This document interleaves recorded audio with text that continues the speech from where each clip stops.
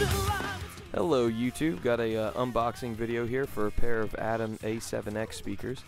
Just recently changed my computer setup. I used to have 3 monitors, just changed it just to 1. I've gotten a lot better with managing desktop space. Since I changed that, you go from a smaller 5-inch speaker to a bigger 7-inch speaker.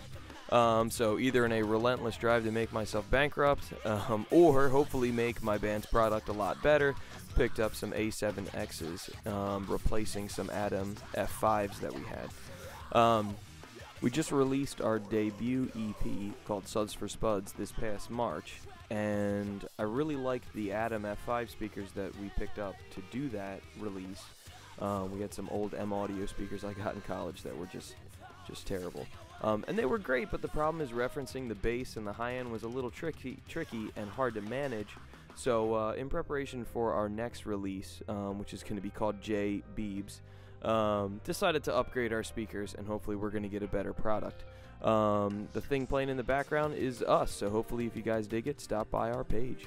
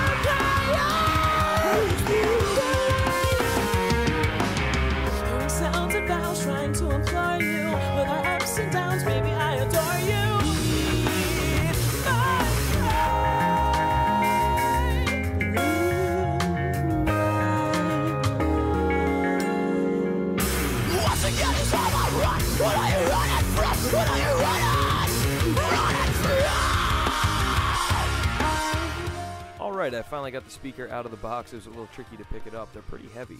So up front, you've got an on-off switch, and then just a volume control, which is indented at 0 dB, which is where I leave them. Got a 7-inch driver, and then the XR tweeter. Supposed to be able to mix longer without having as much fatigue as like a traditional dome tweeter. They sound great. Got the port is up front, so your bass doesn't get shot out the back against the wall. You know, especially controlling things in like a small bedroom studio seems to really help control the bass a bit.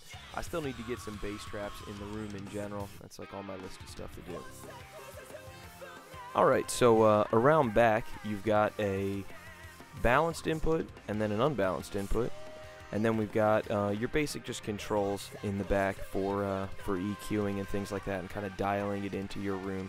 For me, I just kind of leave everything flat. I'm sure I'm going to end up kind of tinkering with it a little bit more once we really get into the mixing and then finally mastering stage for the next one, or our next release. Then you've just got your regular old kind of power cable in. Alright, just wanted to illustrate the size difference between the two different speakers. You know, a 5-inch speaker or a 7-inch speaker. So on the left is the F5 and on the right is the A7X.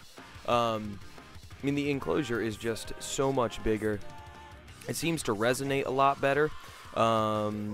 Just obviously because it's bigger. It's like a bigger piano, you know, resonates better than a smaller piano. It's kind of an unfair comparison. You know, the F5 is their entry-level monitor, and the A7X is more of, you know, that's like solid middle of the range for them. But you know, the F5 compared to, like, let's say like what Rocket has to offer, or maybe Mackie, I kind of prefer it. You know, that's an opinion. It's not necessarily, you know what they say about opinions. I'm going to be doing a sound comparison test between the two of these speakers so you guys can get at least a rough idea for the difference of them. And I'll have that up in maybe like a week.